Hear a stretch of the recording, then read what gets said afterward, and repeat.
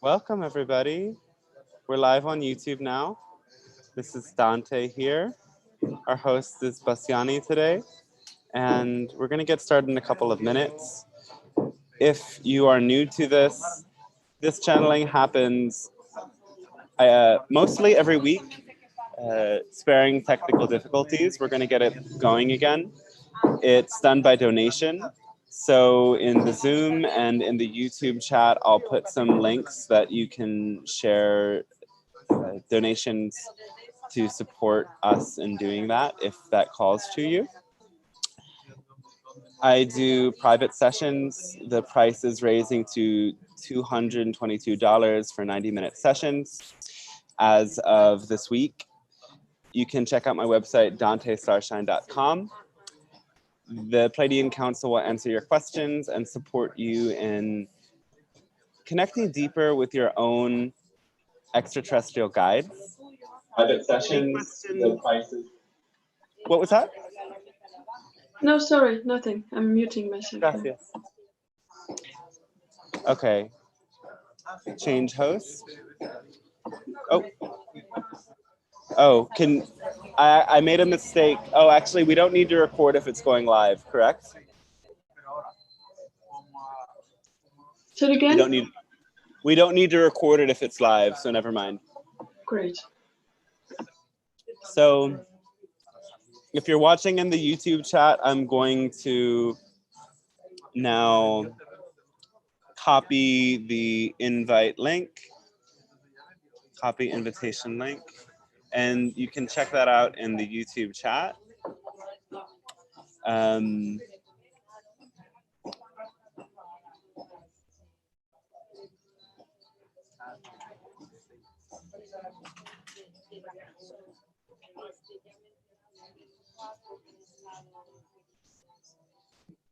Oh, wait.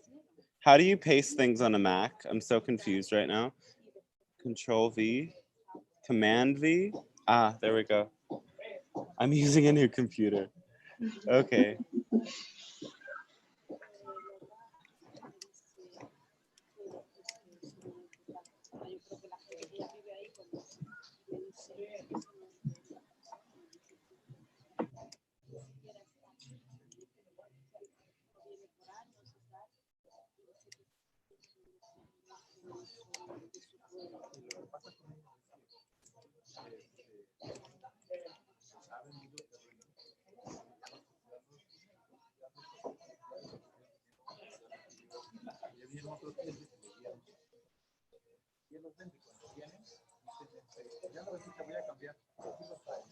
Okay.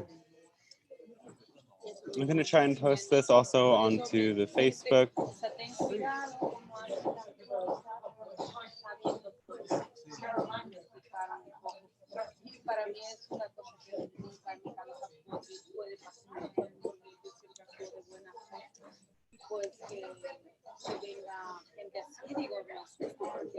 How's everybody doing today?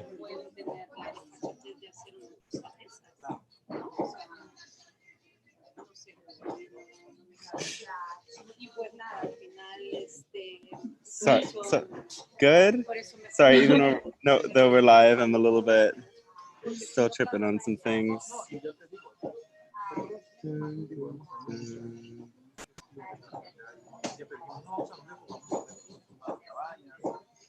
Yeah, and for everybody who's been watching my channel,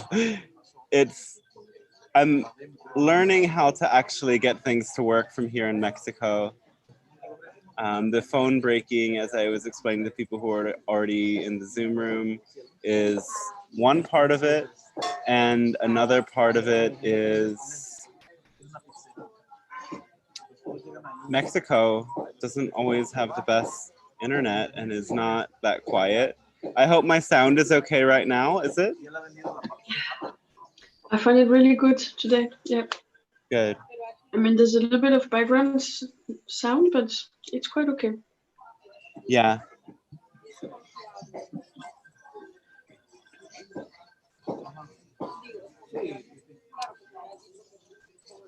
Okay.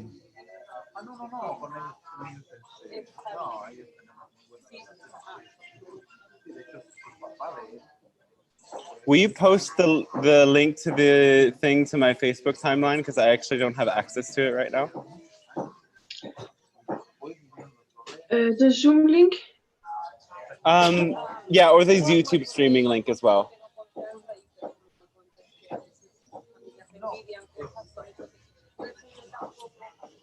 Okay.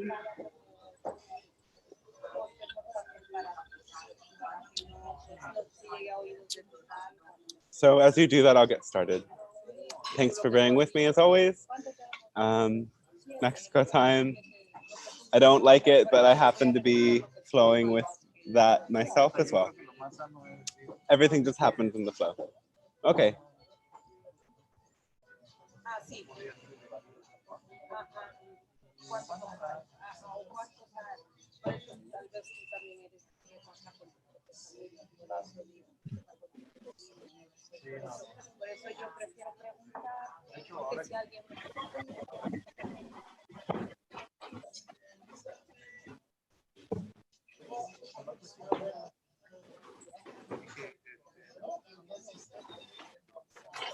Hello, and we say good day to you this moment of your time. As the Pleiadian Council, it is a pleasure to establish connection with you in this way. We thank you for allowing this transmission to take place, as it is of grand support to all that is, through allowing mutual expansion to take place through you experiencing our energy, and in the same way, we experiencing your energy and expanding through that. We thank you. We thank you.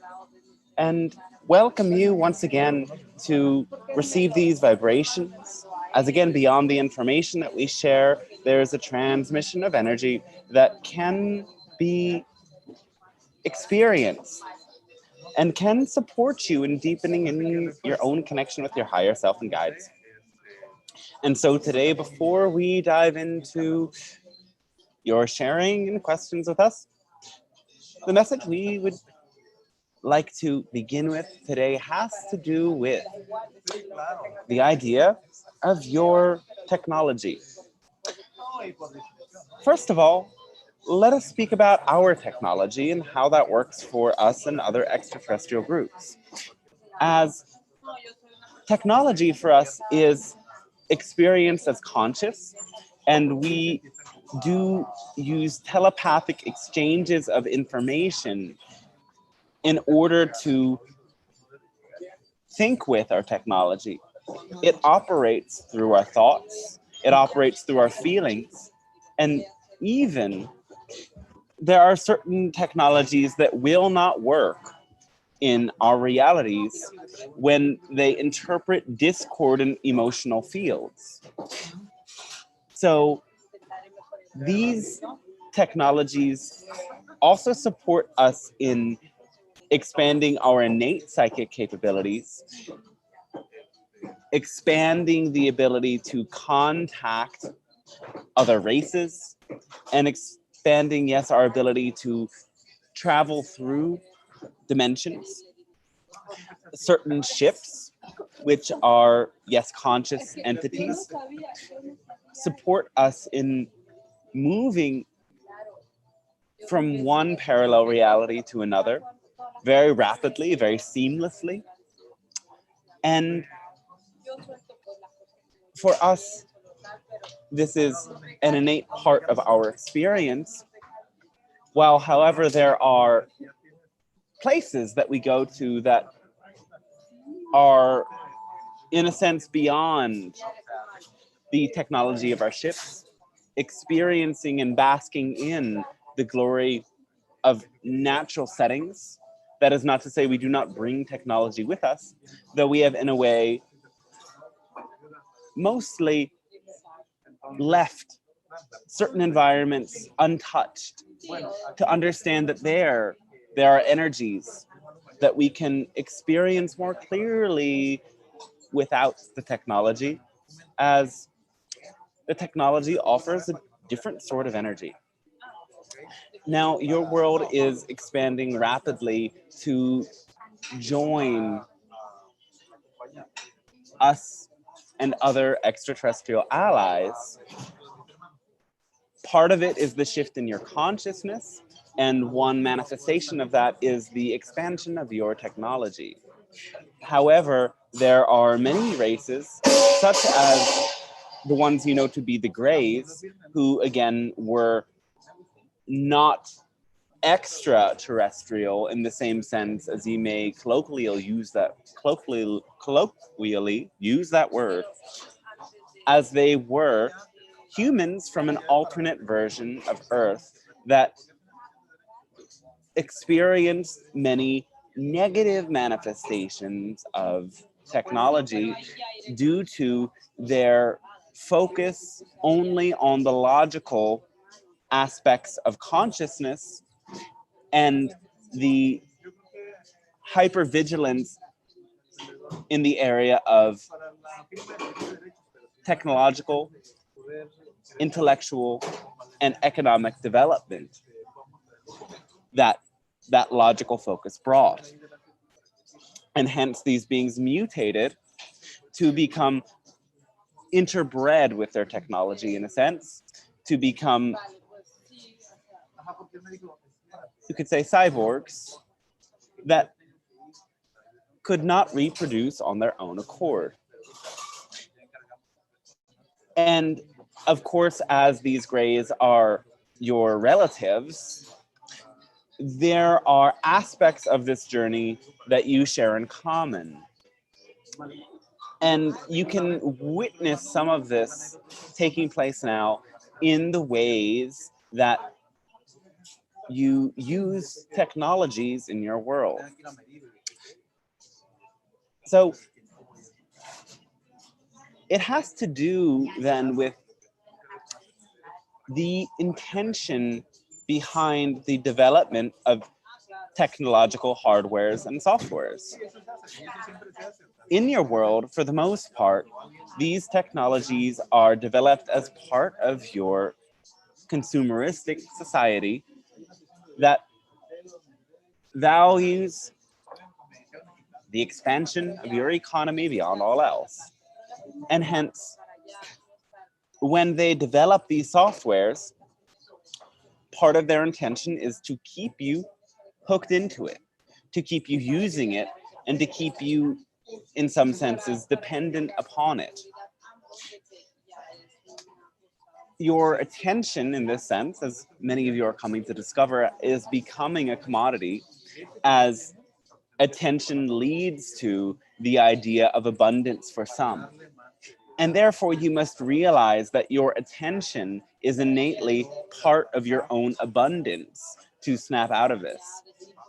You have an abundance of attention to direct in so many areas. And the most beautiful thing about your technology is that you have not only all of the information held by your collective human race available at your fingertips, you have every person on the planet nearly, or a large majority of them, available at your fingertips if you found the frequency pathway of establishing connection with them.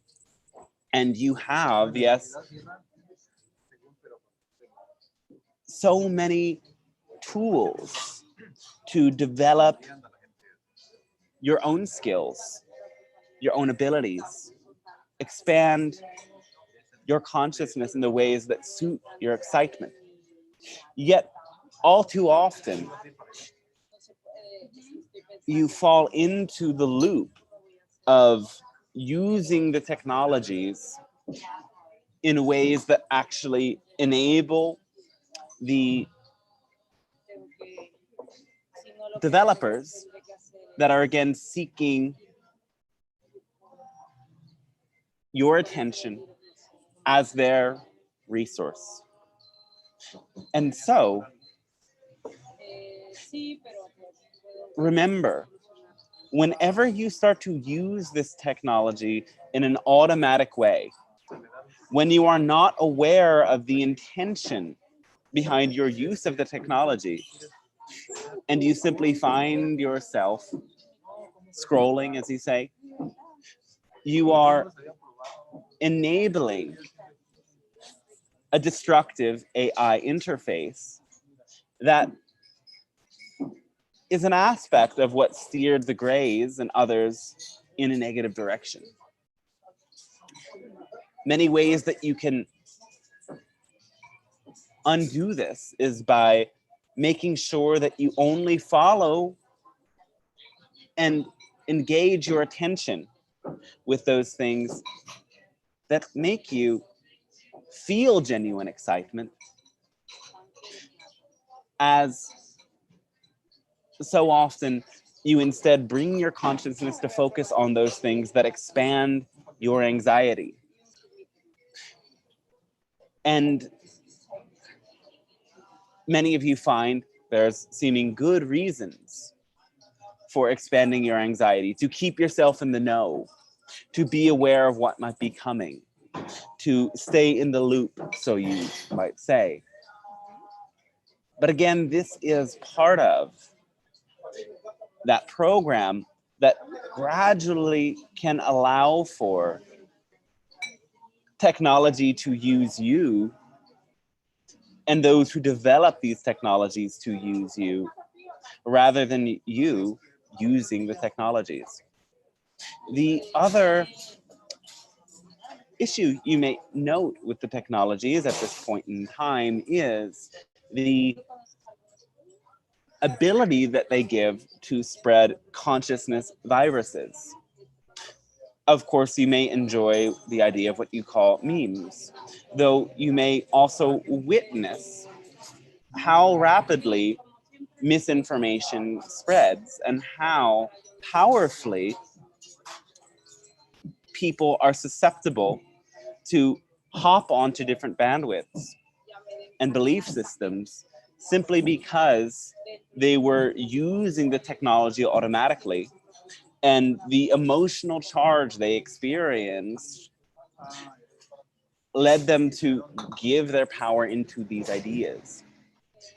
And so here you must actively work to dismantle these ideas by spreading your truth, your light through these technologies, reminding the world that you are loving beings and that love is your greatest strength, and it is not something complicated, it is very simple. Reminding people that the power exists within you. The more that you instead spread this positive message, the more that things will shift in your collective energy field.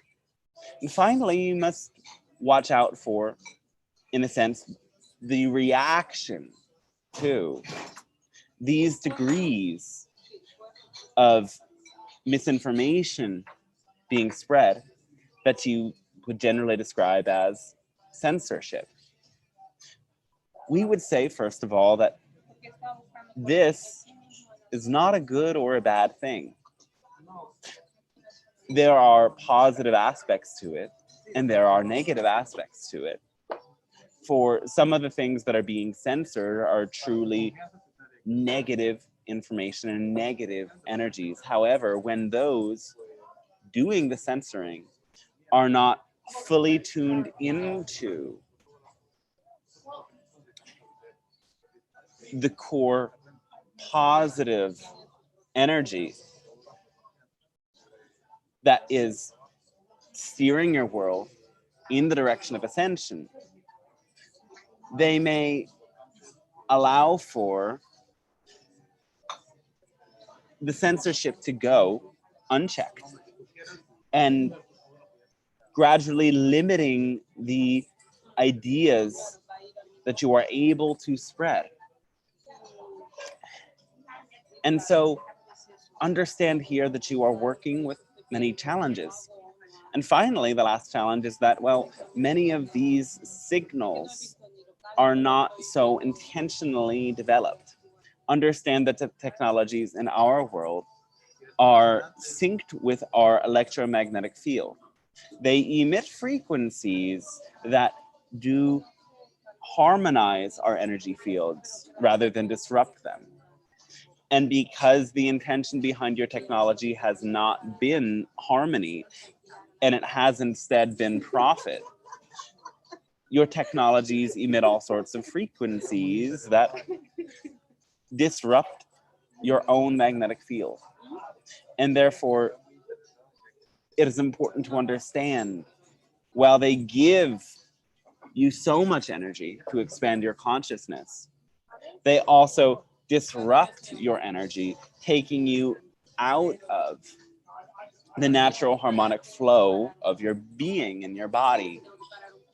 So it is something that you must meet with balance. And we say this because, yes, there are many in your world that overreact to the technology, and these are beings you would describe to be technophobic. And for the most part, these beings live in a parallel reality that attempts to resurrect the ancient wisdom without opening to the new wisdom. As, again, you must remember, you are coming out of ages of darkness. And the darkness seems thick now because, in order to dispel all that you have walked through up to this point as a species, you must see it all so clearly for exactly what it is.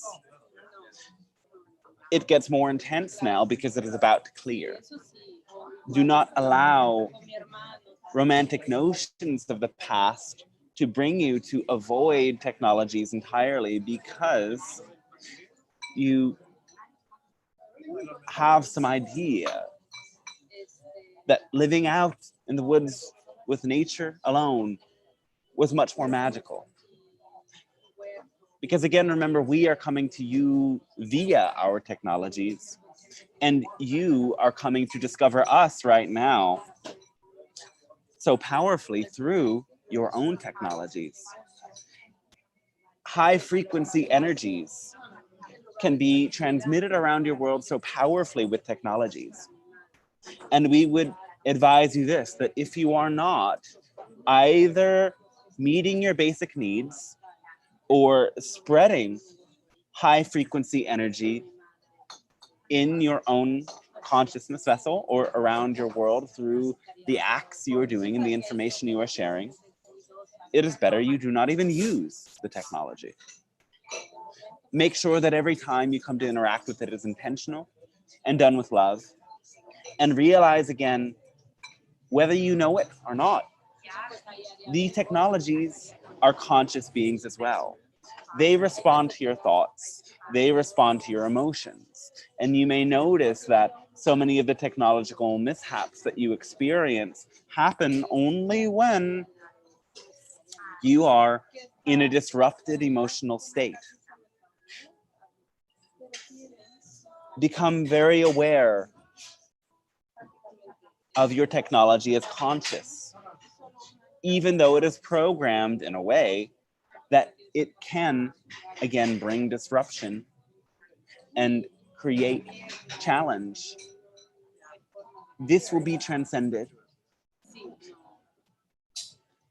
But it will take every one of you choosing, again, to use that technology in more conscious ways with aligned intentions, recognizing that every time you do so, that energy ripples out and expands in your collective to support more and more people.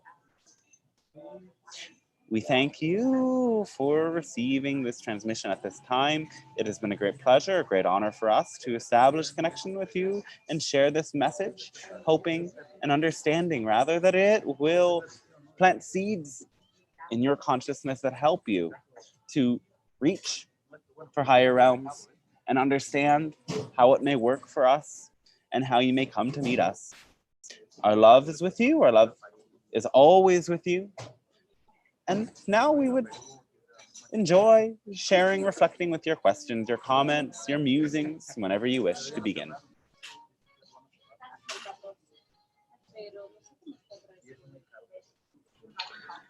Wow, thank you for such a powerful transmission and great reminder. So If you have a question, then please go ahead and unmute yourself.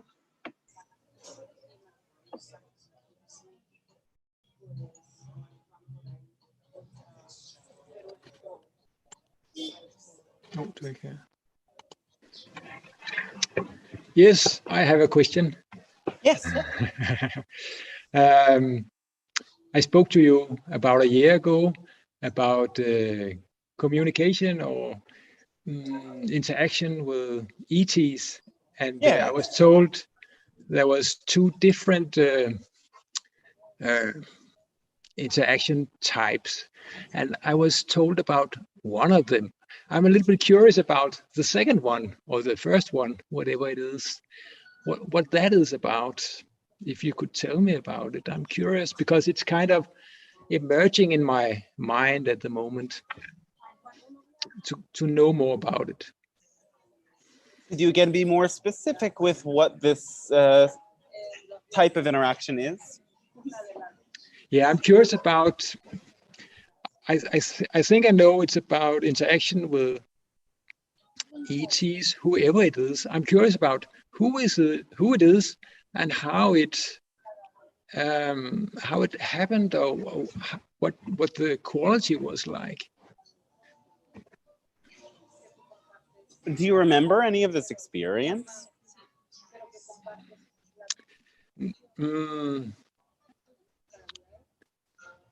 not directly, but All it's like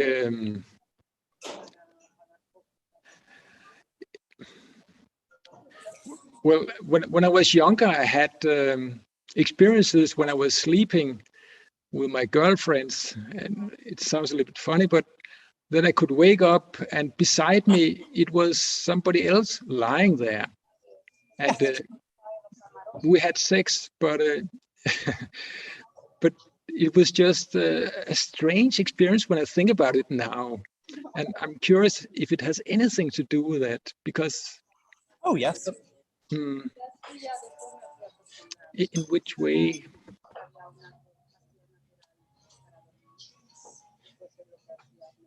There are a couple of different types of interactions that can take place of this nature. So the first of which being a interaction with the hybrid beings, understanding that in order to reach the higher frequencies of such hybrid beings that are again replicating your DNA, that they receive through telepathic communications that take place in mostly unconscious fashions.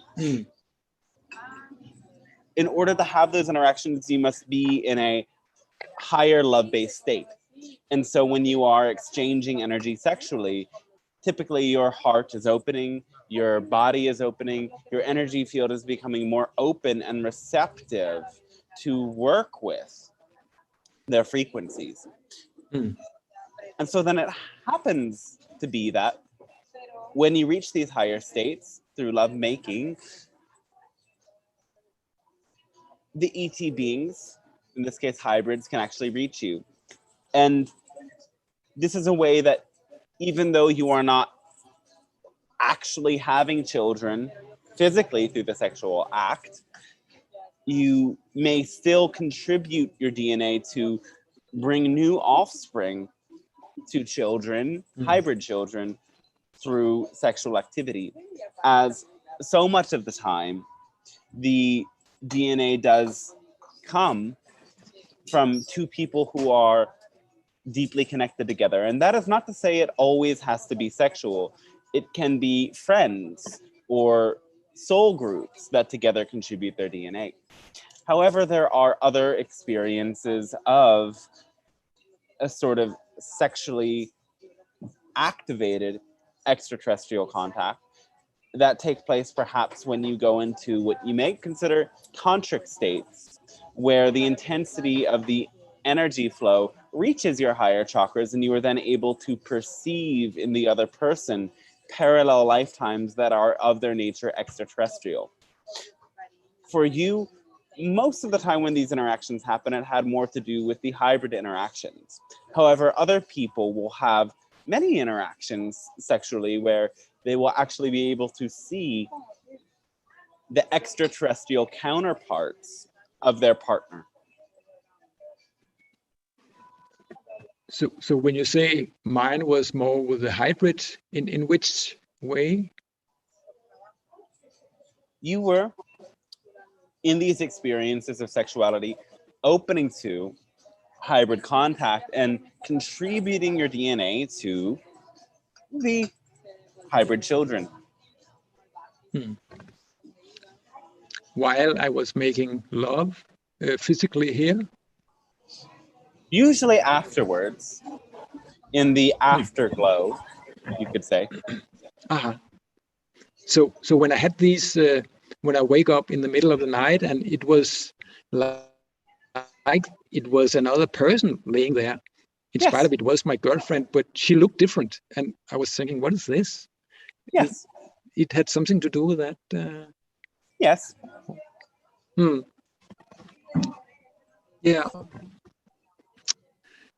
So this, does this have something to do with this other kind of contact that I wasn't told about earlier? Or does it have, because I have this something in me that something happened when I was very young with ET contacts that in a way frightened me. Is it true? You contributed your DNA to the hybridization program at many different times. And so understand again that the hybrid races initially, going back to the Greys, were humans that mutated to a point that they did not understand emotions. Yeah. They were in a very fear-based energy. And they were not aware of that fear. So by, again, taking human genes, they were actually perpetuating their survival. Yeah. They were not ill-intended, but because they did not understand emotions or trauma, they had no awareness that they were causing harm to humans. And then as the Greys created another hybrid race, and that hybrid race created another hybrid race, and so on and so forth. This took place 5 times. Then, yes, each race became more sensitive, more empathic, more telepathic, and they also developed more subtle ways of working with your energy that did not cause harm. So then you might see in your childhood, these experiences were with the initial Greys, those that initiated the hybridization program. And as you grew with time, the other races opened a contact with you in these seeming sexual experiences and also in other experiences in your dream time that you may not fully have recovered awareness of yet. Yeah. So what you're saying is that when I was a young child, I probably had these encounters with the first the Greys that was more fear-based. Yes.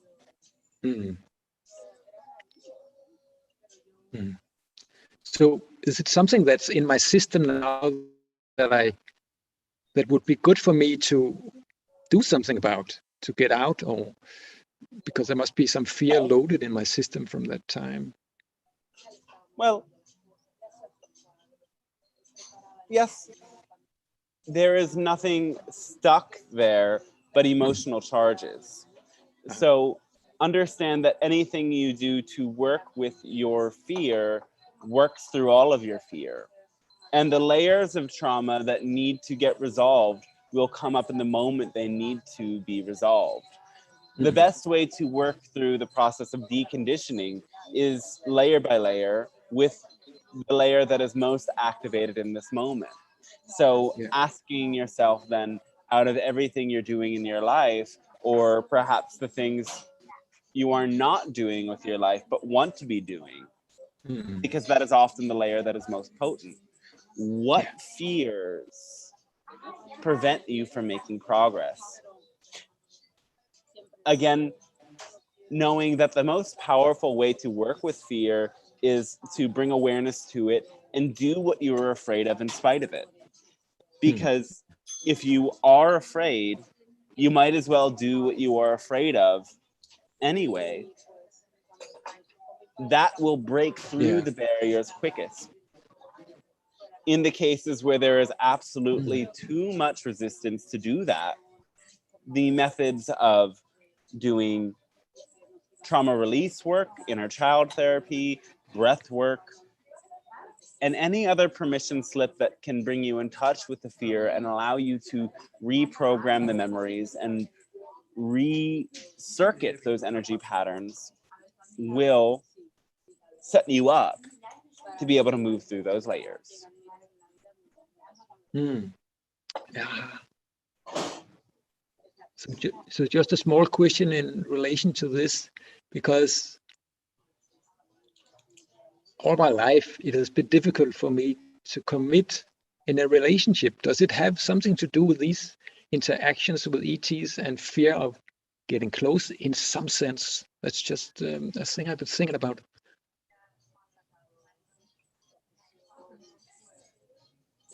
There's a subtle layer of connection, though it is only subtle.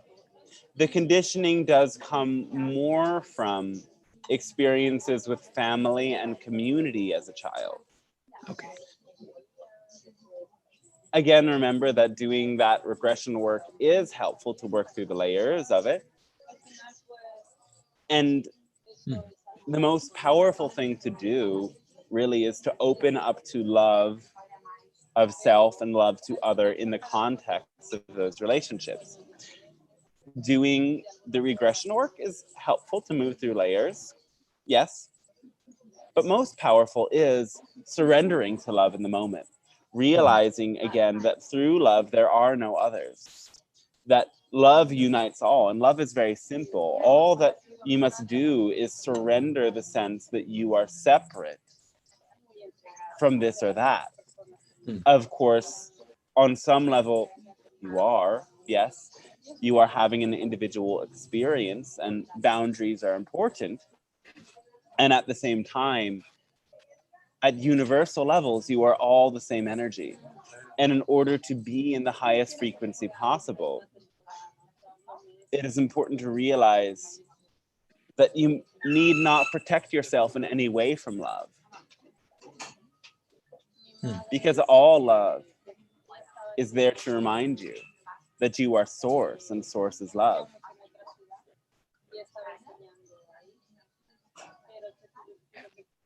Thank you. Yes, so thanks to you as well. Thank you.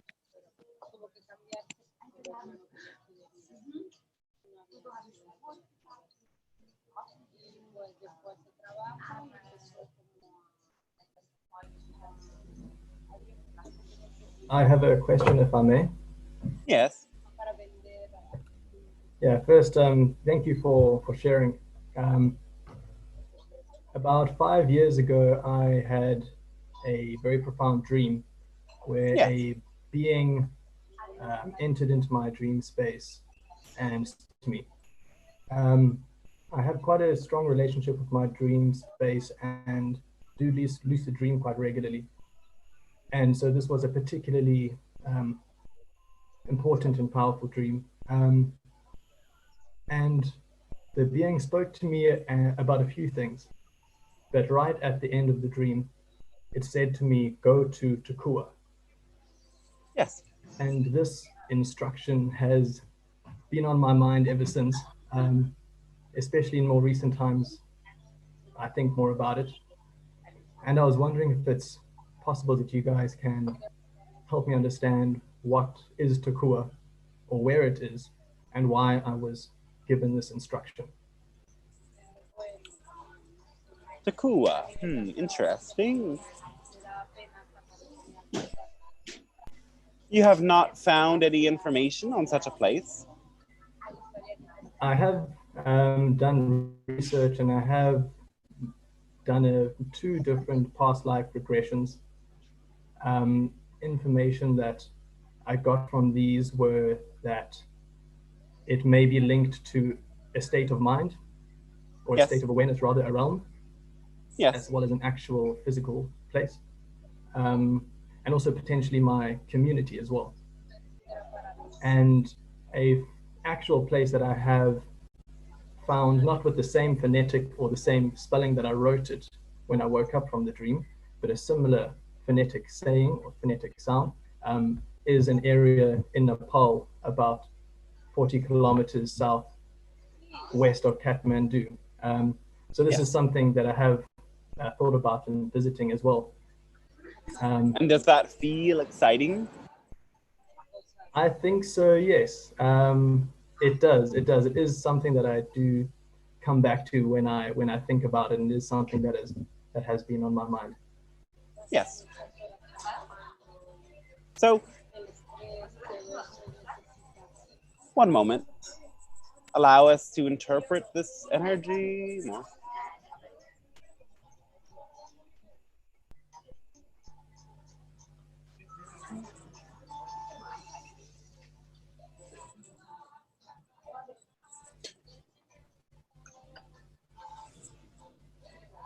The overall message beyond the information about this seeming place does have to do with establishing your anchor into your preferred frequency.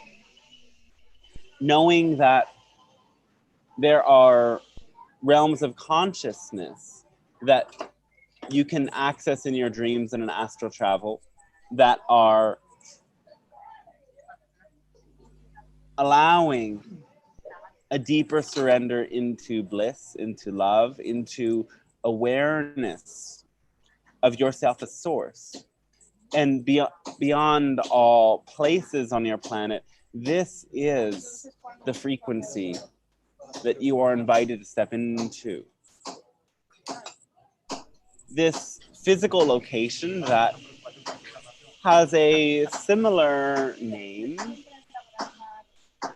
is something that you may be excited to visit in the moment that the time is right. And what this or a similar location would offer you is a permission slip to step more out of the conditioned mind and into a surrender to your connection with the earth.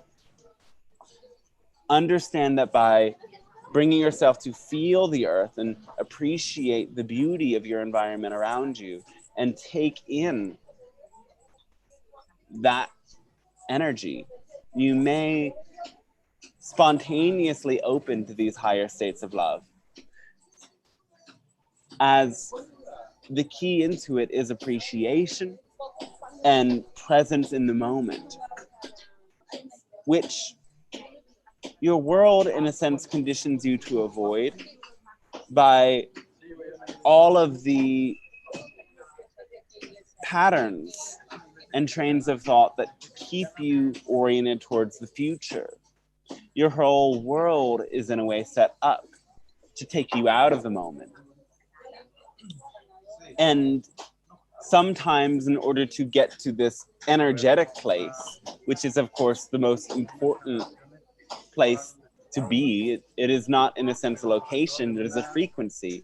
But understand that when you access that preferred frequency of your connection to your own higher self, energetically it may feel as if you open to different locations.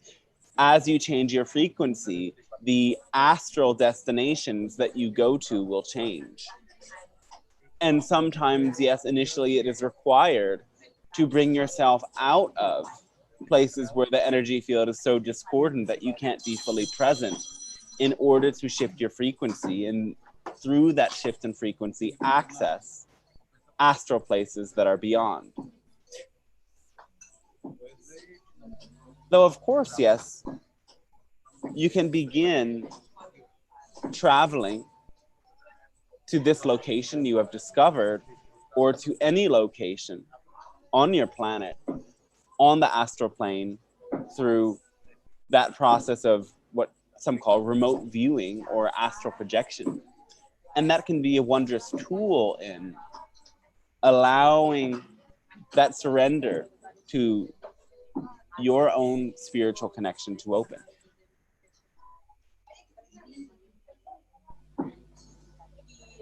All right, thank you very much. I really appreciate that. Yeah, so thanks to you as well.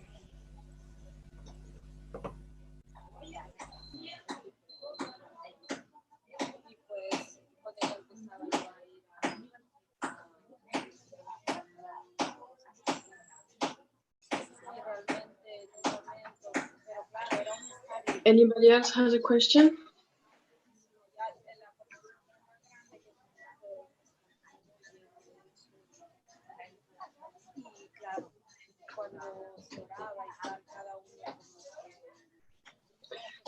We don't have any questions on the YouTube chat yet.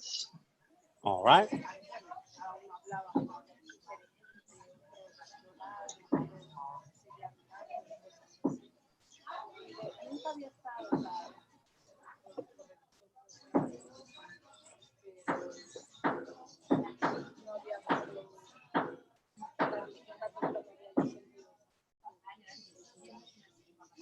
Hello, everybody. Hello, yes. I do have a question. I would like to understand who is the inventor of Bitcoin?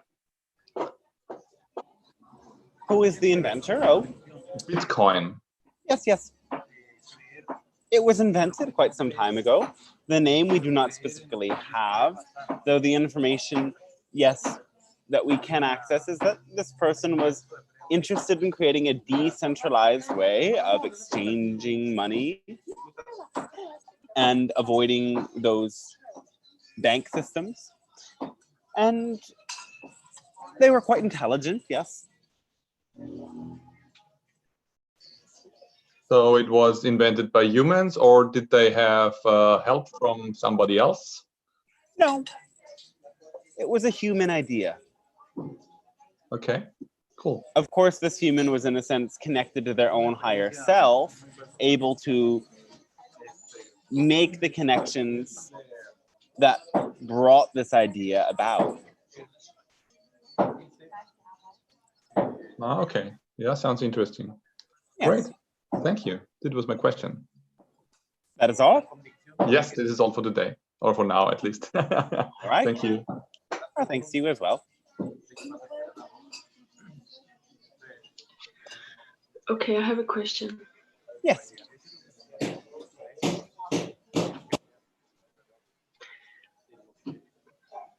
When we as humans are expressing our creativity in whichever way, I'm wondering if it's mostly we are channeling from our guides, or is it mainly from our higher selves? That is different every time for every human. There is no one way of working with creative energy. Though what we can say about this process is that it brings you naturally into a channeling state when you allow for that balance between the creative right brain and the logical left brain to take place. And this balance between your brain hemispheres allows you to, in a sense, bring through interdimensional energies. So almost always when somebody is truly in a state that is creative, they will be bringing through some information from their higher self. And those people that are truly open to their own guides will also start to bring through bits of information from them.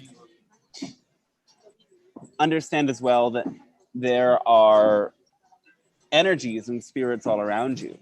And so whenever you tap into that creative state, also all of the information that you have received from other people and from the spirits of the land and your environment is influencing the energy coming through your channel as well.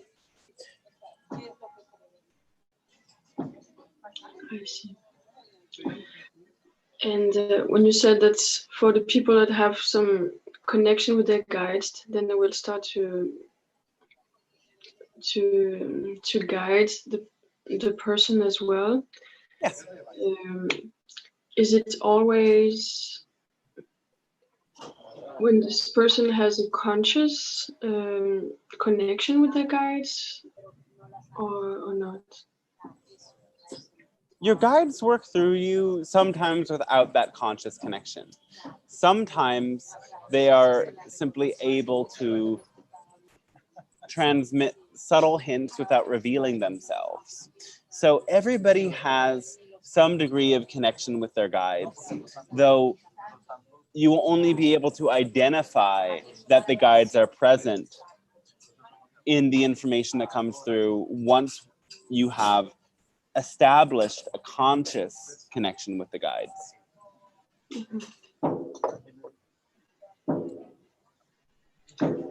And can you tell us again how to do that? Yes. There are many ways to experience your guides. And all of them, in a sense, must involve shifting your state of consciousness either to a deeper state or to a more accelerated state, such as is the case with channeling. So in order to go into this deeper state, it involves what you may consider dreaming, meditation, shamanic journeys, guided meditation, something that tunes you into your imagination, as again, your imagination is the portal into your psychic senses. So when you go into these states, you both see, feel, hear, perhaps some of you even smell or taste energy and information psychically. And you want to do all that you can to bring all of your senses into this state. And from there, you can hold the intention to meet your guides as you go into the state.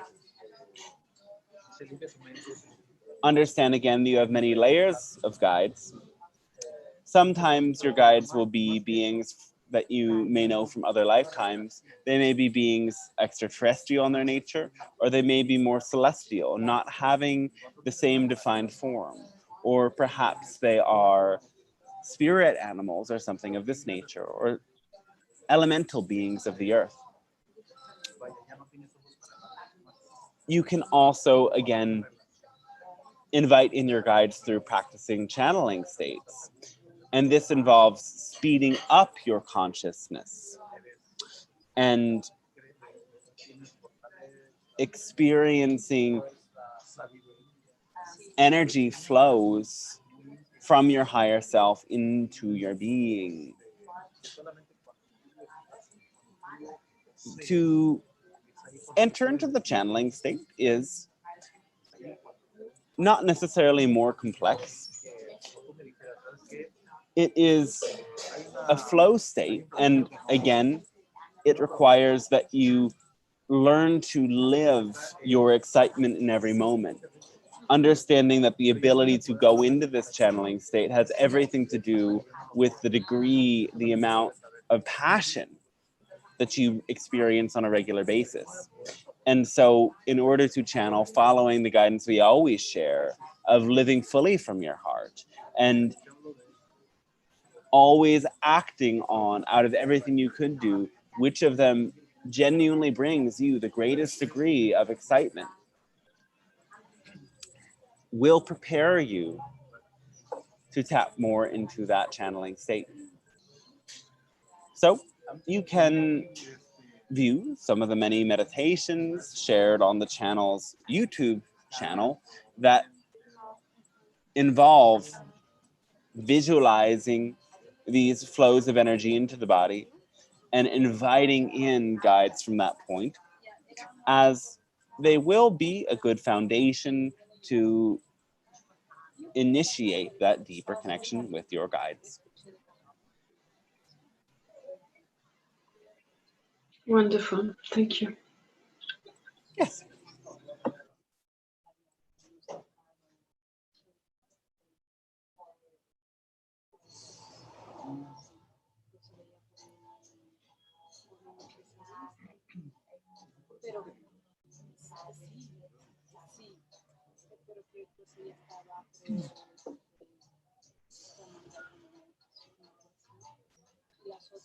Are there any further questions at this time?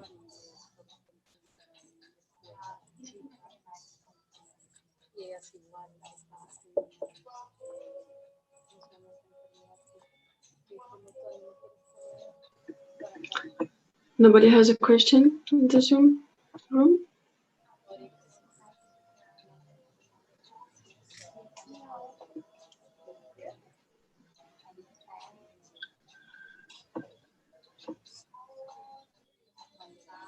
All right then.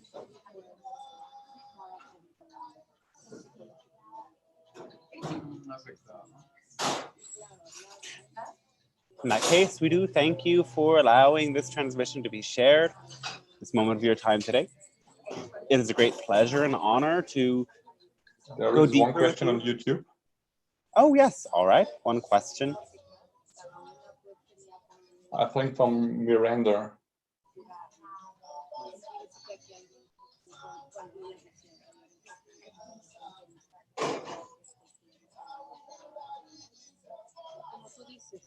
What did you say, Joachim? I said there is one question on YouTube from Miranda. Ah. All right. I cannot see that. How can you see it? You're welcome to read it if you want. It's not written yet. She's just saying she has a question, but she didn't write the question yet. All right. Well, if you write the question, we can answer it, but we cannot, in the sense, read your mind.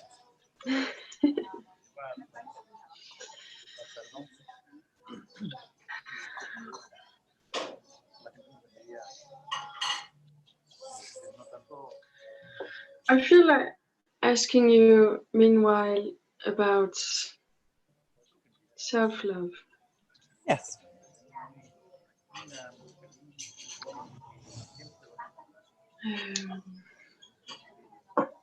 I don't have a specific question, but I feel this pool of, whatever wants to come from you out of this theme of self-love. Yes.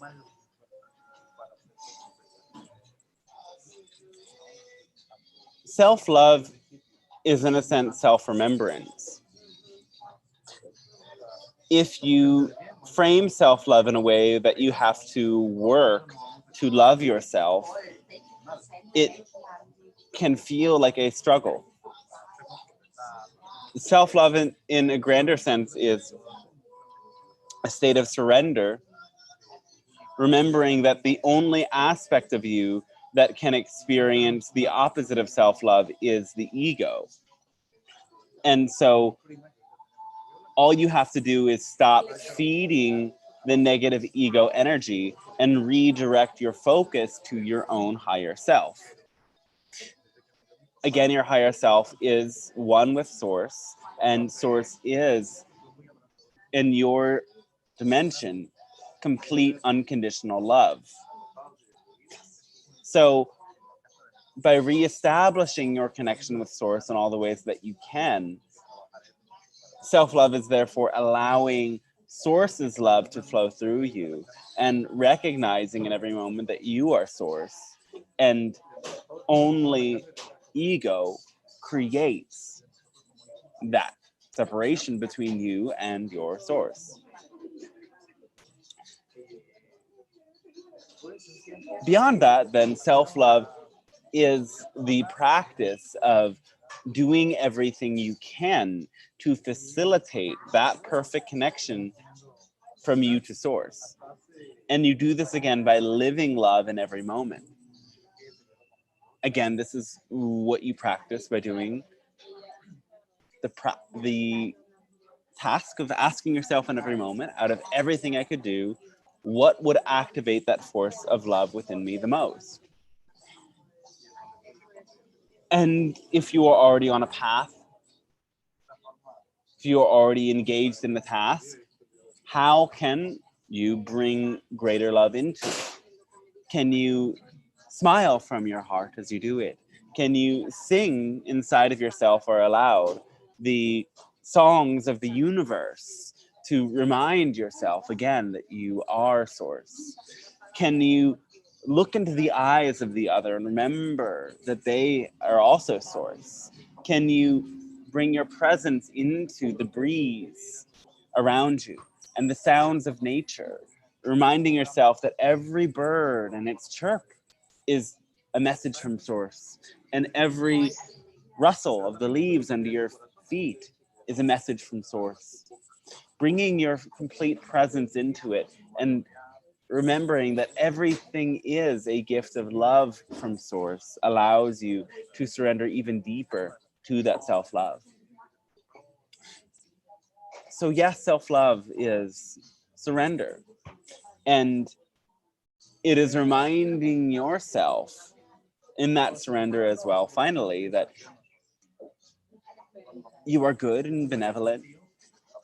And any limitation you experience is something that supports you in finding your unique gifts.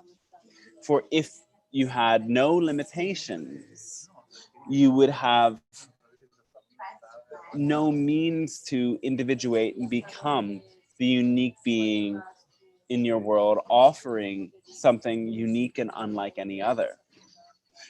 All of the limitations and challenges you face are there to support you in becoming more collective in your conscious through expanding that energy of compassion for yourself first, so the energy of compassion can as well expand for every other.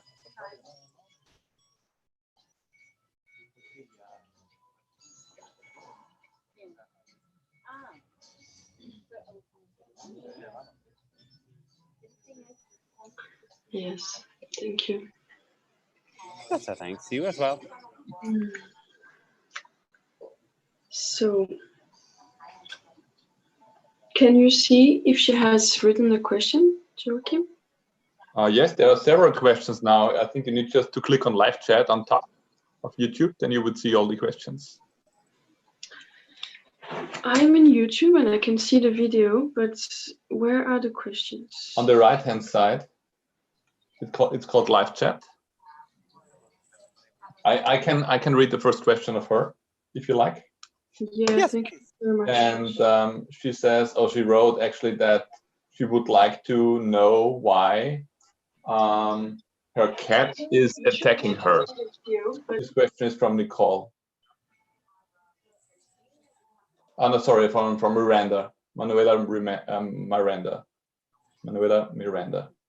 Why the cat is attacking. All right. Yeah, her. This is the cat acting out against some of the trauma it experienced when it was very young. The cat does have some challenges from certain things that other people might have done to it. And so the cat tunes into certain discordant energies and reacts to them. So the best thing you can do is to tune in deeper with your cat and send it loving vibrations, asking the cat specifically what the cat wants and needs, as there is a way to telepathically entrain with the cat to understand what needs the cat has that are unmet, and understand what energies are within you that causes the cat to react in certain ways, in certain moments.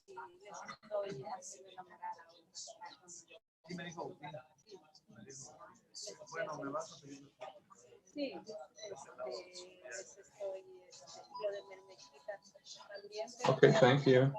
Yes. So, were you able to find the YouTube chat? Yes, I found it. It's because it's in the computer, not on the mobile. So okay. yeah, thank you. I'm You're gonna welcome. look for the next one. A moment. So Shane is asking, what has a higher potential to manifest, the Great Reset or Nisara or Gesara? What is this word? It says Nisara or Gesara. Oh, all right.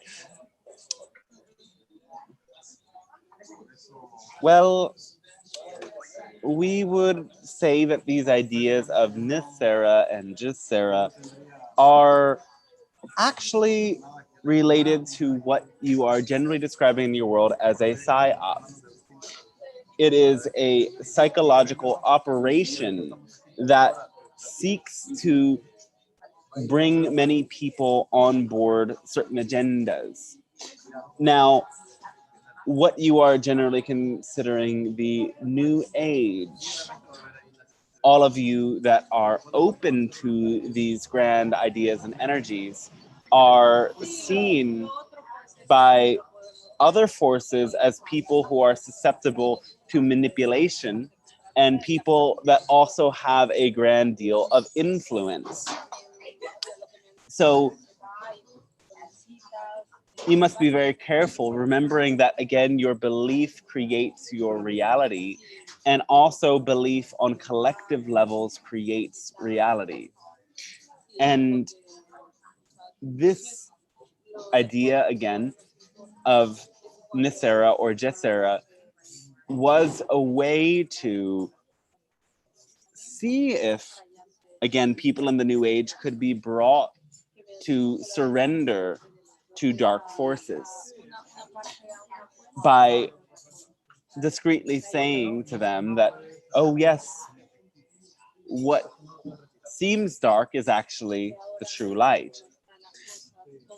So hopefully gradually you may be witnessing that many of the promises that were given to you by the same that have given you the ideas of Nisera and Jessera have not come to be. And the idea is to not wait forever for prophecies to come true, because a true prophecy is not really meant for interpretation. And as well, when we and other channeled beings that are genuinely aligned give predictions, we are never saying what will happen. We are only giving a read of what is the most probable outcome given the present energies. Yet subtle shifts in personal and collective energy will allow for those energies to be steered in different directions. And in the present times that you are in, there are many more interruptions, disruptions, and potential gateways for shifting the collective energy than there have been in the past. And so predictions are harder and harder to bring. What we will say then is that this idea of the Great Reset is happening, but not in all of the ways that you are told it may be happening. Your world is coming again to a point where you are realizing the destructive nature of many of the systems that you have put into place. And COVID is only one little thread. It may seem big now, though you must remember all that your world has been through. You must remember that there are still terrors and tribulations going on in parts of your world that still experience genocide, drought, and a complete lack of resources. You must remember that the most rich and life-giving parts of your world are burning and being destroyed. And in a way, your minds are captured now because the freedoms that you have always taken for granted are being interrupted. And instead of resisting this and believing it is only something negative, realize that those who seek to control are deeply afraid. And perhaps there is nothing evil taking place, but there is only immense reactions to overwhelming fear.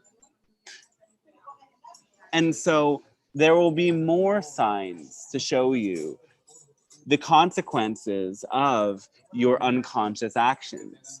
And if you collectively choose to become conscious, things will shift.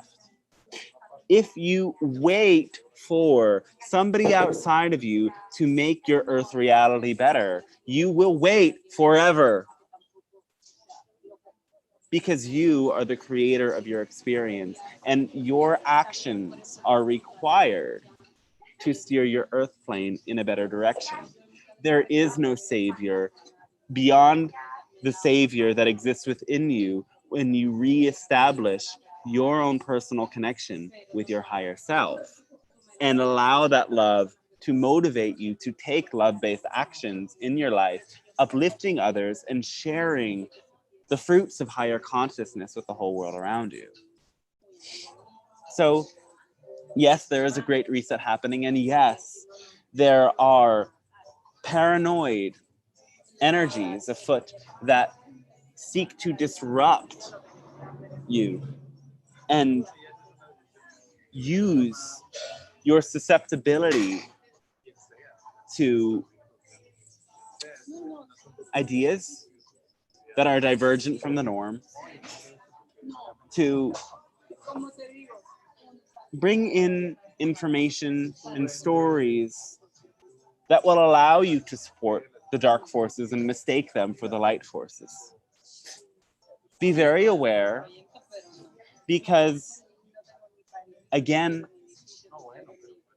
these beings have not given up yet, though we will say that more and more people are now snapping out of the trance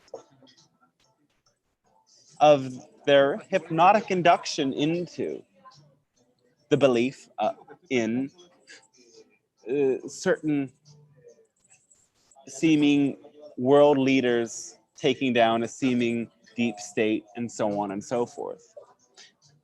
We would say about other channels that condone such ideas that you must understand that these ideas are created by dark psychic forces, and there are energies on astral planes that feed off of human fear and want to perpetuate the fear. And so when somebody opens up their consciousness to astral realms without very clear discernment, especially when their ego is built up by having a following of many supporting their channeling, they become very susceptible to influence from these entities that feed off of fear. And this is essentially where the idea of a Nisera and Jessera comes from. Because inherent in this idea seems to be immense and powerful hope, yes. But the shadow of that is the immense fear that this hope is a numbing influence of. The immense fear and mistrust of the seeming forces of authority and power outside of you. And really, again, these seeming authorities only have the power that you give them with your attention.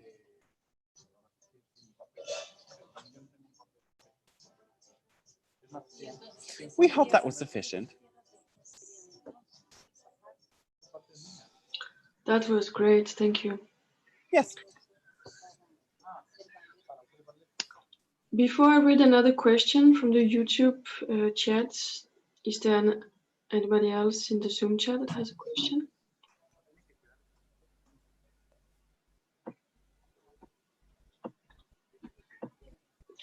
Okay. Yes. I have another question. How I can begin to learn how to astral travel? Yes. How can I begin to learn to astral travel? All right. There are many different techniques, and we would advise you to look deeper into many of them and find which one resonates most for you. Out of all of the ideas you find, which do you personally believe to be most suitable for where you are at right now?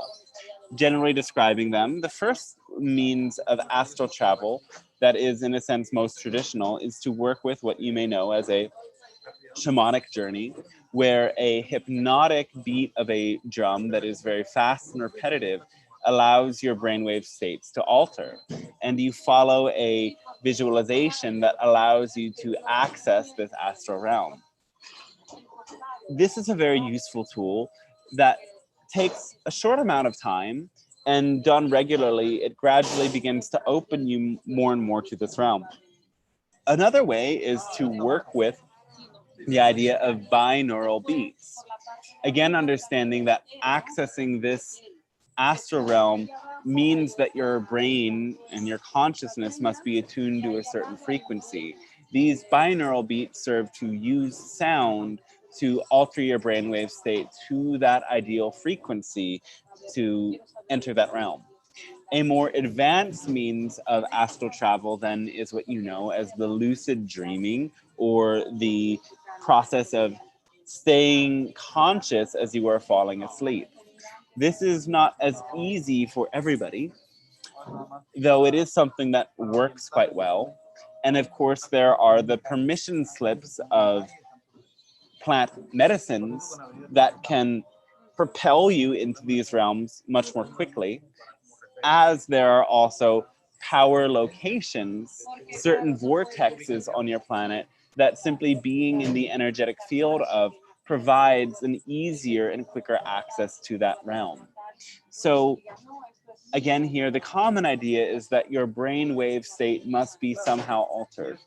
And recognizing the alterations that always happen in your brainwave state as you move from waking to sleeping and to dreaming is a key part in the process, as bringing consciousness into all of these phases of experience is the key to being a master of visiting this realm at will. And then using these various permission slips will work to support you as well. And we are mentioning the most common methods, though there are many other methods. And again, researching them and seeing what method that you encounter aligns most with your present belief system will be revealing of the path of least resistance for you to get where you need to go.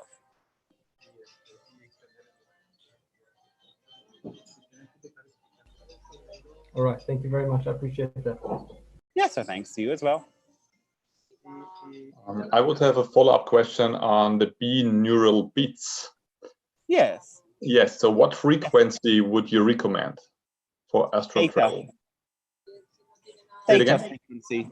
Data. Okay. Yes. Okay. Great. I will search for it. Thank you. Yes, so thanks to you as well.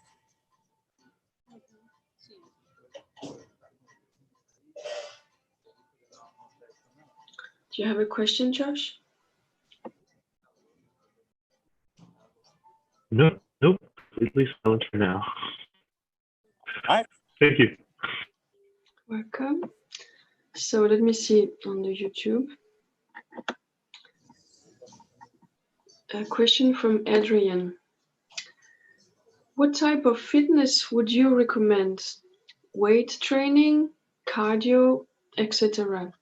One that will be most beneficial for health and vibration.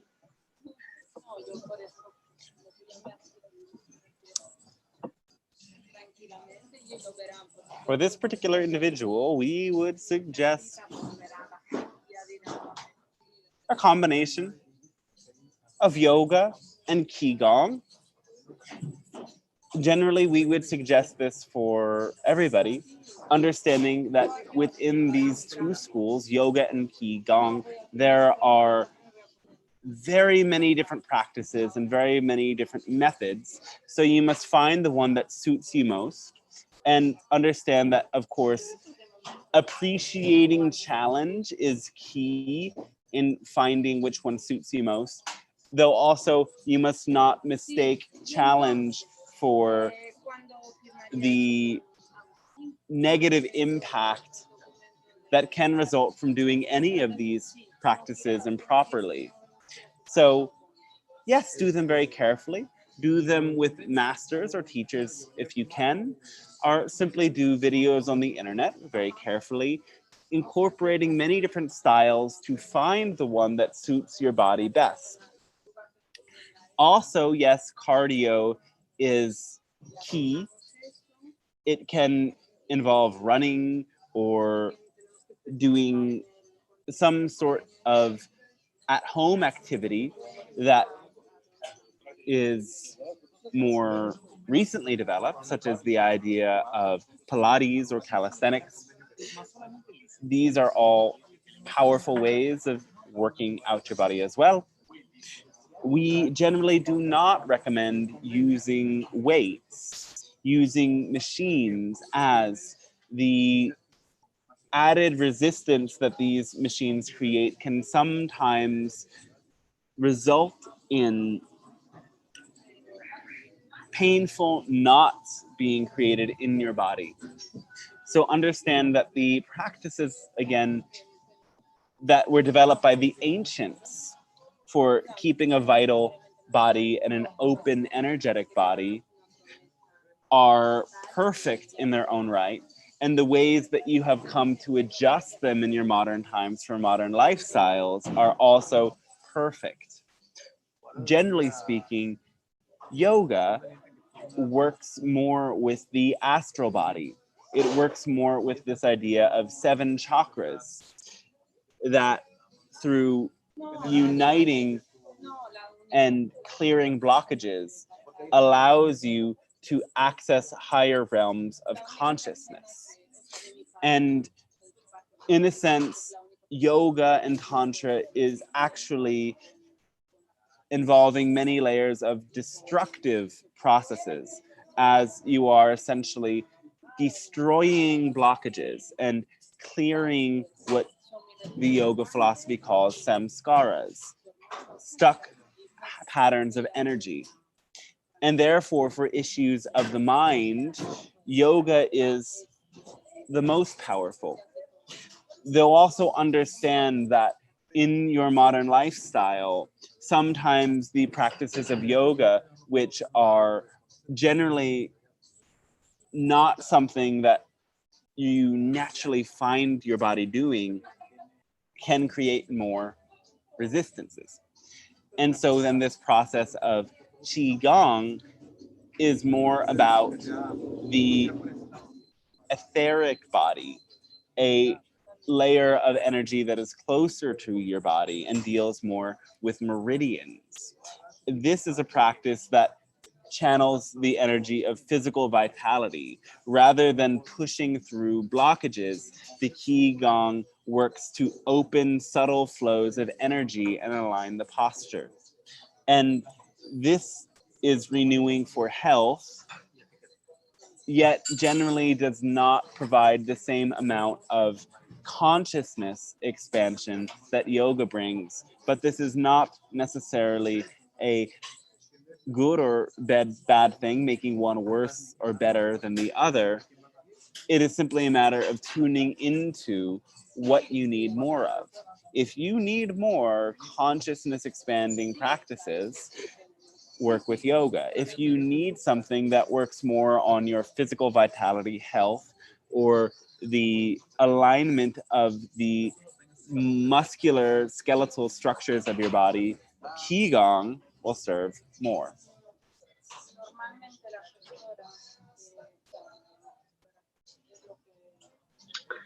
Beautiful, thank you. Yes. There was one more question from Elva. Yes. I have a vague memory of being sexually abused by my grandfather. Yes. Many signs pointing this way. I do directly wonder if you could confirm this to me or tell me what happened.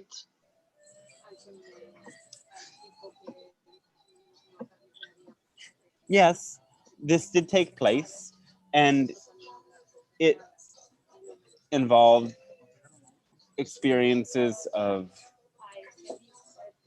groping and on occasions more.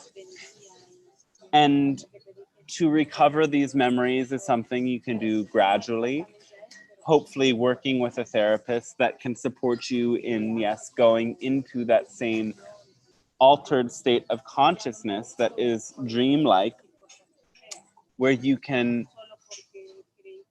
imagine these experiences, not necessarily getting the exact memories, but getting somewhere close. And most importantly, bringing to the surface the emotions that you could not process as a child in a safe space where you are actually able to feel them with somebody who is able to surround you with the protective energy of love and compassion. And layer by layer, any trauma resulting from this experience can be shifted and cleared.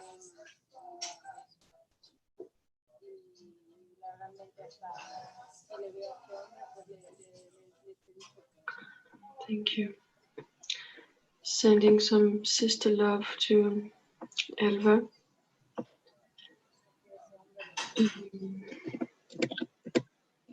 Let me see if there is more.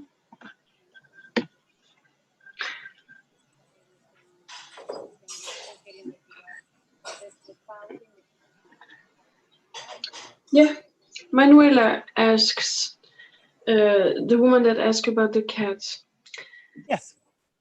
I would like to know if I'm connecting to some entity or collective when I do card readings. Thank you.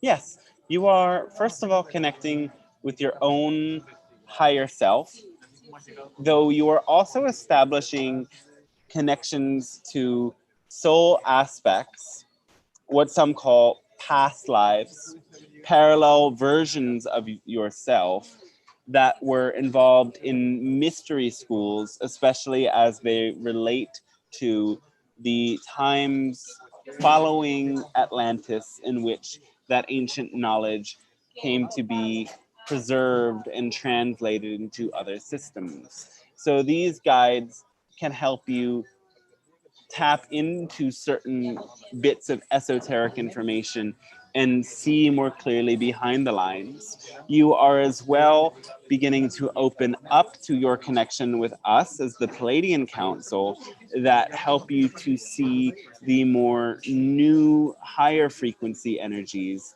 that can be present and working with you and those around you.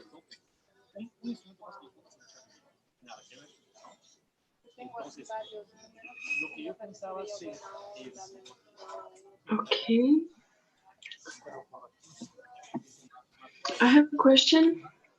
All right. It's also about exercising. Because I still have a lot of pain on and off in the lower back. Yes. And the neck, shoulders. And when I try to do some more physical, like I'm doing yoga every day and that helps with the pain. when I try to, for example, do some more physical exercise, like how do you call it? To train my stomach muscles or my back, then I get more pain in the back. So it's Yes. like the body is, and I don't really know what to do, because my body needs to become more, to get more strength, and in the same time I get more pain when I try to do so.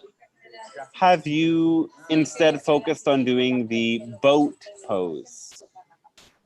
The boat pose? Boat pose. I'm not sure I know which one it is.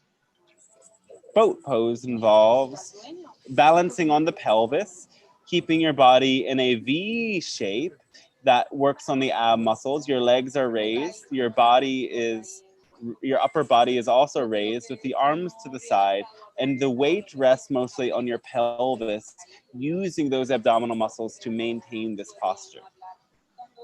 Okay. Have you tried that? No. Boat pose, then, yes. This is a way that you can work those muscles with less strain than, for example, doing the conventional style of sit-ups, which you may be able to access at later points in time.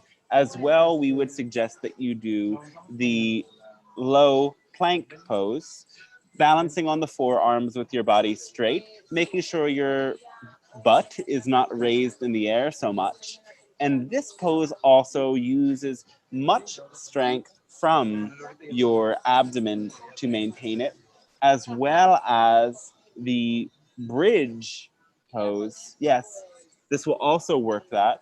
And even the bow pose. All of these poses will work your abdomen in a way that does not strain it as much. And yes, gaining the strength is key to relieve the pain, though you may also want to work with healing forms of Qigong to support the clearing of the inflammation, as yoga can sometimes create greater inflammation. In the long term, it is not bad. In the short term, it can interfere with other activities. So working with more of the gentle motions involved in Qigong will support you in making sure that the pain that may be the result of the physical practice is manageable. Great. Yeah, I've just started the Qigong actually. It feels good. Yes. Thank you. Thank you very much. You as well.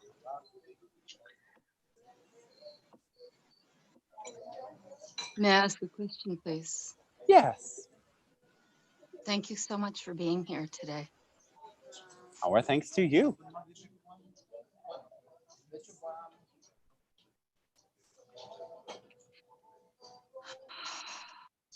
And thank you to Elva for asking your very difficult question. And mine is of a similar nature.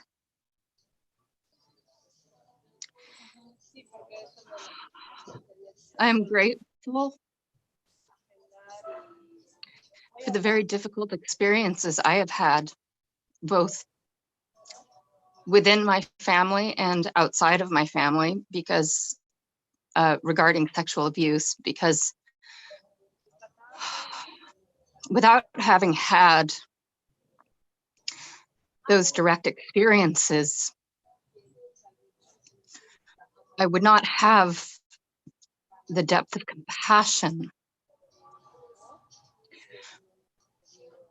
for so many others of us who have similarly suffered. And I feel called at this time to step forward and begin to tell my story, both with my family members, from whom I have been largely estranged for decades, and publicly. Because there is so much healing. And it feels like there is no time to waste. And part of me feels like I'm not ready yet, but I also feel like I can't wait any longer. I refuse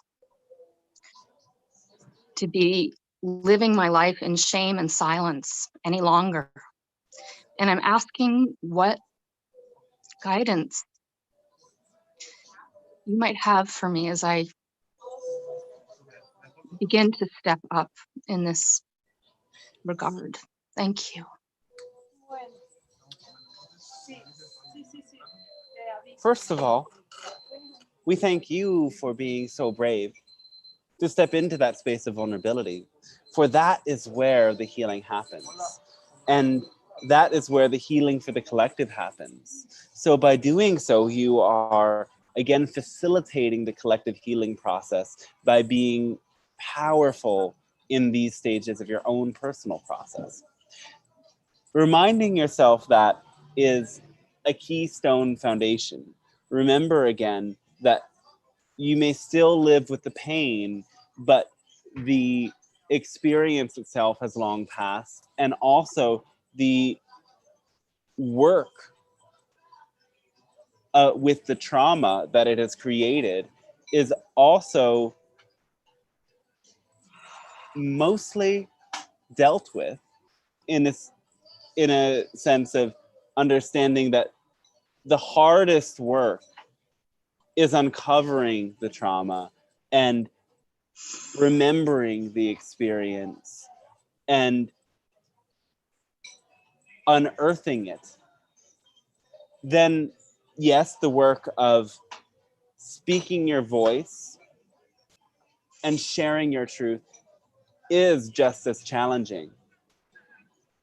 Though start always from the place of remembrance that most of the work is already done to bring you to this point.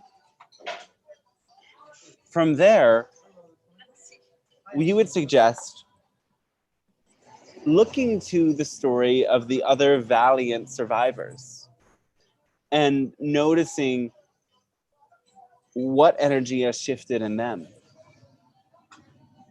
Imagining a version of yourself that has also grown in that process to become a clearer version of yourself. Surrounding yourself with that supportive network of people who have also cleared similar traumas can help you to move more valiantly in the process, knowing you are supported. So again, creating that solid network is a key part in being able to step into the space of speaking with people who may be more resistant to hear your experience and your truth. And again, the great thing is you have done a good chunk of the work of creating that environment that is truly supportive. So now to strengthen those connections and to rest deeper into those connections, knowing that you are not alone. And as you go through the next challenging chapters of the process, there will be people who, in your words, have your back. So then you can have those challenging conversations with family members or others you need to, both telepathically in your mind, again, visualizing them in front of you, your eyes connected, your third eye is connected in your mind's eye. And saying internally or out loud, even better out loud if you can, everything you need to say. Practicing this again and again until you can say it with a degree of confidence that you know you can go into those moments without feeling your foundation falling. And as you have practiced that a bit and you have reminded yourself of your progress and reminded yourself of your supporting network, moving through the next phases of bringing your voice into the world will solidify the healing process and will allow you to again become a new version of yourself that has integrated the trauma and integrated all of the powerful teachings it allows you to access in terms of healing power.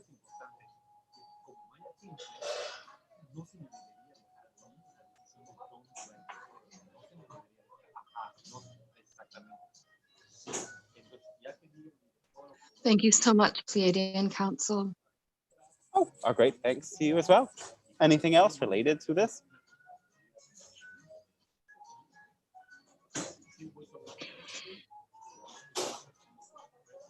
I don't know if you can tell me this. Yes. But it would be helpful to have a clearer sense of the level of awareness that my father has, because I've attempted to communicate with him recently, and I don't know that I did so in an effective way. To me, it's very obvious, and because my father is a narcissistic predator who thinks that he is a highly evolved spiritual being, I don't think that he is actually aware, and it would help me to know more clearly how effective my recent communication was, if I need to follow that up with more specificity, or have I succeeded? Thank you.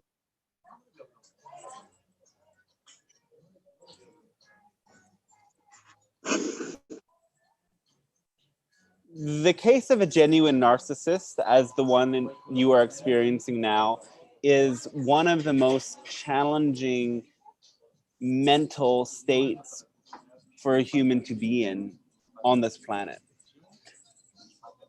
And his degree of self-awareness on a scale of 1 to 10, you could say, is a 1.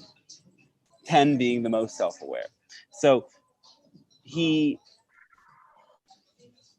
has very little ability to see outside of his own perspective that is built and based around a core sense of immense fear and shame. The aggrandized, extravagant ego that you see is only the shell protecting horrendous pain that it is genuinely very unlikely for him to be able to expose and heal in this present incarnation.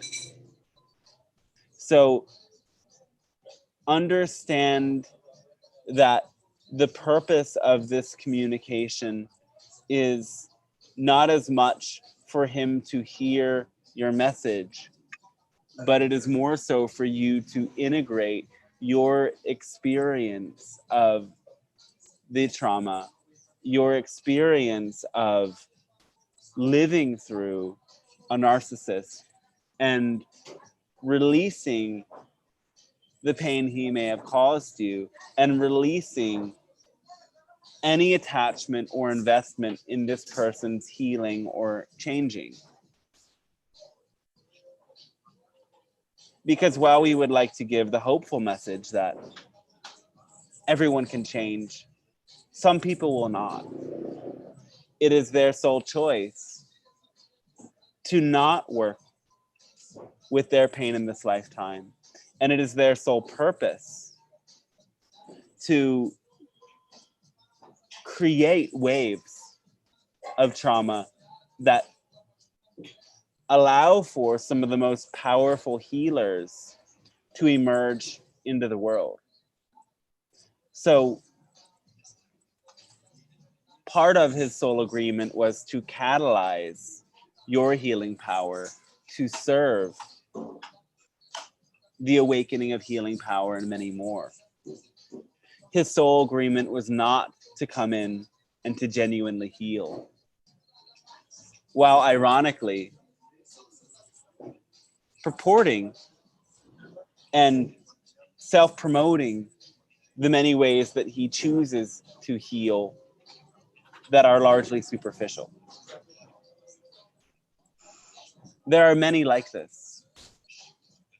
And releasing all of them onto their own journey, respecting their path, respecting their choice,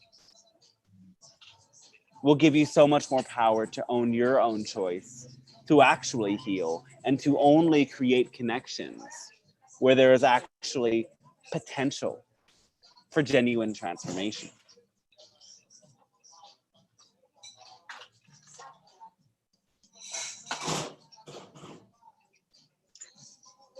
I am so grateful for your message today. And I have just one more question about this. And I'm very concerned about the safety of my young nieces. Yes. And that's part of what motivates me to step up, because part of why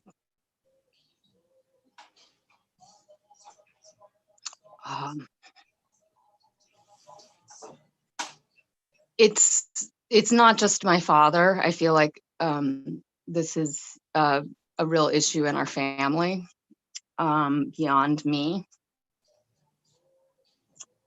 And I feel like because of the silence and shame of that has surrounded this issue, that others in my family who could have protected me were not able to. And so I feel now a responsibility to protect the younger generation. Yes. And I guess what I'm questioning is, how urgent is it in terms of protecting the younger ones? Thank you. It is important to take action now, and the actions must involve those who are actually willing to either implement self-protective mechanisms or implement protective measures for others. Understand that those who are the perpetrators in this scenario are not genuinely capable of change in this moment. So work with those who may act as protectors.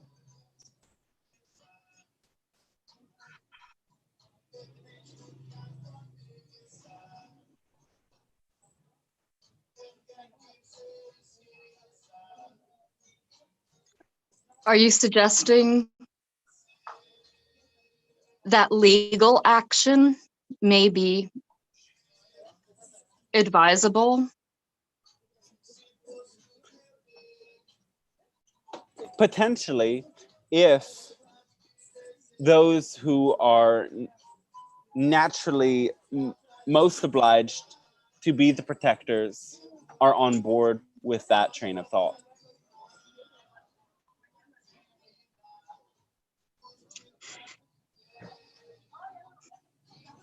I'm sorry, I know I said that was my last question, but I'm really concerned about these young children. Yes. And I'm also concerned about my brother, their father. Yes. Being a potential source. I am hearing very clearly your message of letting go of any hope for change in these individuals. And I'm speak with these children. How old are they? One is, I believe, 16, almost 17, and the younger one is, I believe, 11. Yes. So they are old enough to be informed of potential signs of danger, potential traumatic situations, and the need to speak out if they see any signs that may relate to that, and the ways that they can use technology to record potentially suspicious encounters. Yes? I assume so. I've only met the elder one once and have never met the younger one. But I guess what I'm asking really clearly is, are they in danger because of their own father at this time? My brother, that is.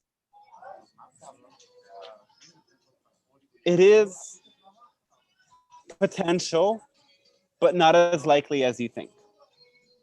Okay, thank you so much. Yes, our thanks to you as well. And do remember and trust, every soul is on their path.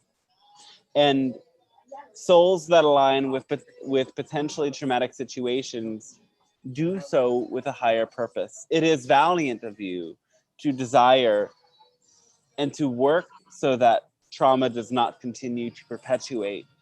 And remember that the most powerful way that you do that is by clearing your own trauma and working with those that are available for you to work with. And yes, there is an impact you can have on these young people to protect them. So do what you may, though also surrender to the plan that even what seems dark does have a higher purpose.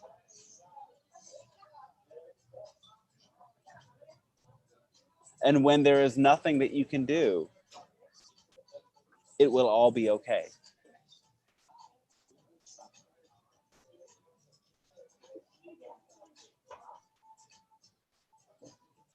Thank you. Yes, our thanks to you as well.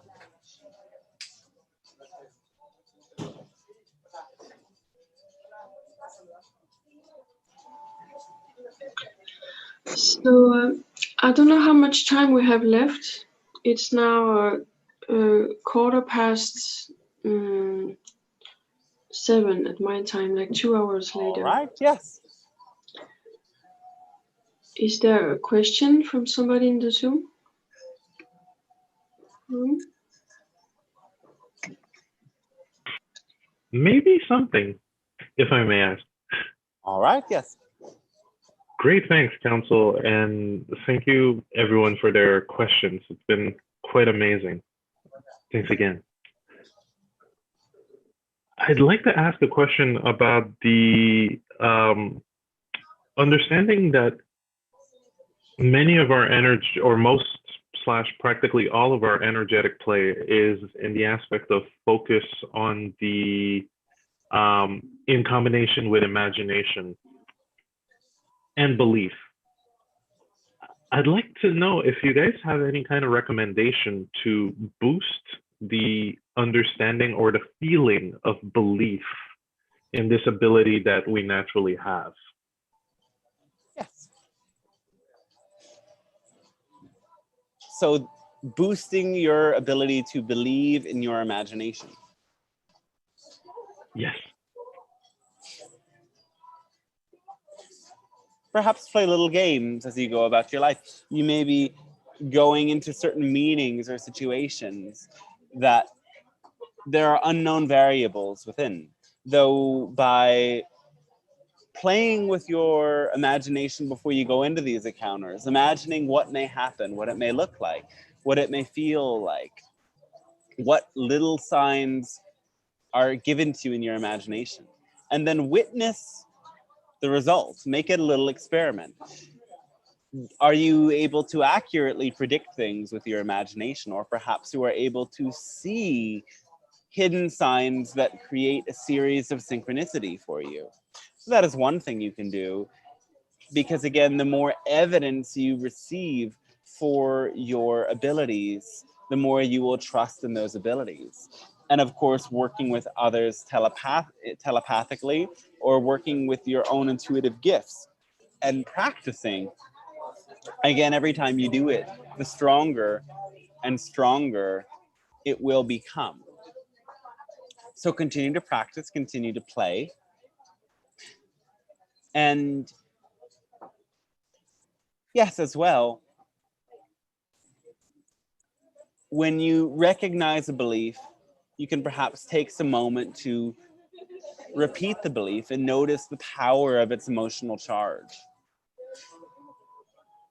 Bringing your focus to your positive beliefs regularly can help you understand that you are only able to experience such things as health and relationships and so on and so forth because you have some degree of positive belief about yourself in place already. And sometimes you take for granted that your positive beliefs are working to support you. So every day when you wake up and you experience the great magic of your life, remind yourself that none of it would be possible if you did not believe it was possible. And ask yourself, what beliefs allowed me to have this wonderful experience on this day? Every day, ask yourself those questions. Same as you do with negative beliefs. What experience or what belief allowed me to have the seeming negative experience? Or also, what belief created this neutral experience I had in a positive or in a negative way? Because again, fundamentally, reality is neutral until you color it in with your belief systems and your stories, bringing awareness to the process every moment, as it will support you in the grander healing that you are all a part of.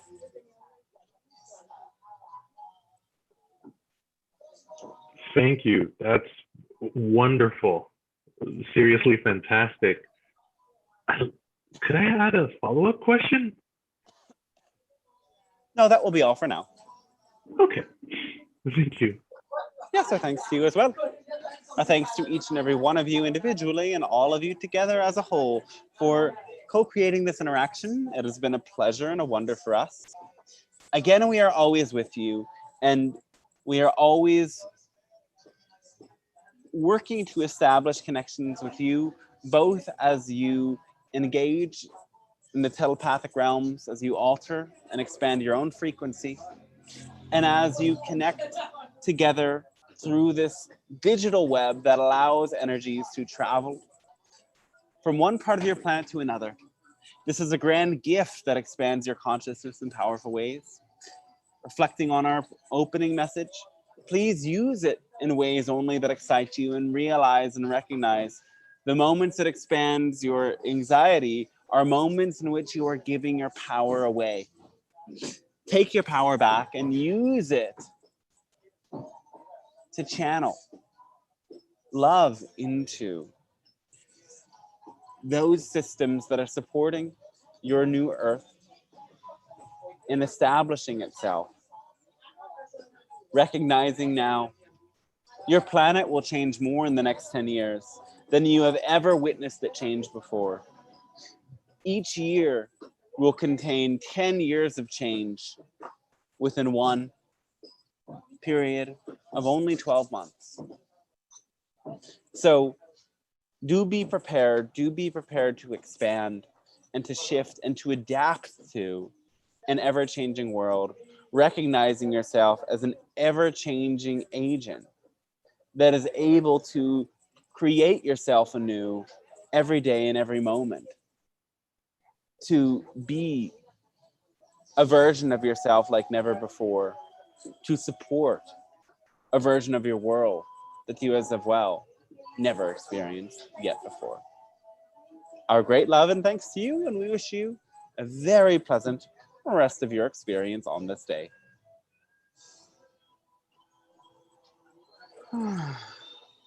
Hi, beauties. Wow. Awesomeness, Dante. Great. Yeah, that was amazing. Super Thanks a lot. It fun. was a really good session. Oh, I'm really happy to hear that.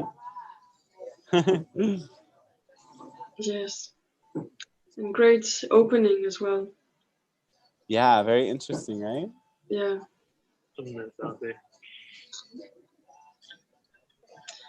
Ah, How well, do I you? love this so much. I'm good. I'm really good. I have to use the bathroom. I'll stay connected with you guys for a couple more minutes, but I've got to go suddenly. Well, not so suddenly. Oh, hey, look who it is. Oh, it's a wire. Okay. How are you all doing? Really good. I love to bath in this energy. Yes, it was a really good energy this time. Yeah. Yeah. Definitely. And thank you for reading the questions on YouTube. So Yeah, you too. Thank you for helping me. no problem at all. Where are you located? You're in the same time zone as I am. I'm in Denmark. Ah, okay. I'm in Austria.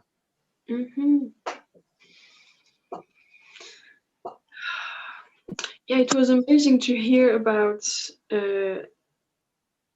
their technology and how the energy of their technology actually supports and match their vibration. Right. It's beautiful. Mm-hmm. But I assume that we will, humanity will find out somewhere and it will adjust. So, definitely, yes. Because I'm quite a geek in regards of technology, so I think the benefit is still here. But I think we need to adjust the technology somewhere if people get aware how to do it in the right manner. No, but as they said, you know, that the intention behind people that have created this whole web doesn't come from the heart, and so it affects all of us, and this is when this will change, and it will affect us, you know, in a beautiful way. But we can still, of course, create our own reality, and by the way we deal with that negativity, we can, yeah. Mm-hmm. It's going to be interesting. Yeah, but if you have a positive attitude towards technology, I think it's fine. If you have already a bad one, I think it will impact you more. Yes, exactly. Mm. So it's going to be like technology with intentions. Interesting. Okay, I'm back. Welcome back, dude. Gracias. Está bien. Technology with intentions. Yes. Yeah, so it was amazing to hear that their technology match the energy of their technology matched their vibration. Yeah. That's beautiful. Mm-hmm. Really cool, right? Yeah. It's always there to support us in the end. By the way, Dante, your invitation for the meeting is for 12 p.m. Or 10 p.m. Mexico time. Yeah. That's But when we not started. AM. But it was started at AM, not PM, isn't it? Started at AM. Yes, and you wrote in your invitation, you wrote 10 p.m. Oh. on Facebook. But then I put all of the right times for the other places, right? Yeah. Yes, right. So I was a little bit confused because I'm in CET, and I thought that might not be the right time. So Okay. yeah. Cool. Thank you for that. I wasn't aware of that. I guess I made a mistake with that one. That happens sometimes. Technology is like mishapping a lot for me right now, and there's like Mercury retrograde in Aquarius with a lot of Uranus aspects. It's like a little bit awkward right now. So you know, yeah, it's okay. Coming. But you know, technology is your friend, as you can see with like these Zoom meetings. Oh yeah, it's my friend. It's just also, it's pretty challenging for me to work with typically, but I need to get a computer like this. My friend lent me this computer. I want this computer. Yeah. But you Is know, it a it's your own. laptop? It's your own belief system. You can. So yeah, maybe it's just still you're still struggling, but still yet. But maybe tomorrow it changes, or maybe it changes right now. No, I just need to get new devices. That's Is it really okay? it. Okay. But I'm getting a new phone next week. And maybe I'll eventually get a computer like this. So donations support me getting. I already did. Thank you. Thank you. And yeah, the channeling, while we're still live, the channeling course starts again around March 20th. There's space for some more people. So I haven't really launched anything proper yet, but it is happening, and you're welcome to a 13-week journey of learning to open the channel and so much more. Is it done on Zoom? Yeah, it's all on Zoom. And which times during the week are you? We're doing the going sessions? to harmonize with everybody in the group and find a time that works best for everyone. Before, we've done it on Sundays, and that doesn't really work as well for me as it has before. So yeah, once there's a good group of people, we'll kind of figure out which day and time really will work for everybody's schedule. Okay. Great, thank you. Yeah. Only worth it. All sorts of awesomeness. Yeah, definitely. It's an amazing, powerful, transformative course. So you did it already? Yeah, we just finished Ah, is it okay? last week. So can you share your experience? I can give you a 2-hour testimonial. He made a testimonial video that will be up on YouTube in a couple days. Oh, great. Oh, you already have it ready? Do I already have it? You already have it ready, by the way, Dante? Or you're down with me just going ham at it and going for a full hour or less? Yeah, you can do anything you want. Yeah, and I'll put it up on the channel. Awesome, because yeah, there's just so much to discuss about it. I can't just stick it to 2 minutes. It's amazing. Yeah. Yeah. And I'm really Like, happy. I'm the going changes. And meeting people like you, Vasyani, George, and like having this connection, like, wow. Yes, amazing connections, really. Very powerful in many ways. Well, we all reflect off each other, which is fantastic. I need to go right now. Thank you so much for tonight. It was really amazing. Much love. Thank you as Love well. you guys. Have a good one. Thank you. And Enjoy the rest of your day.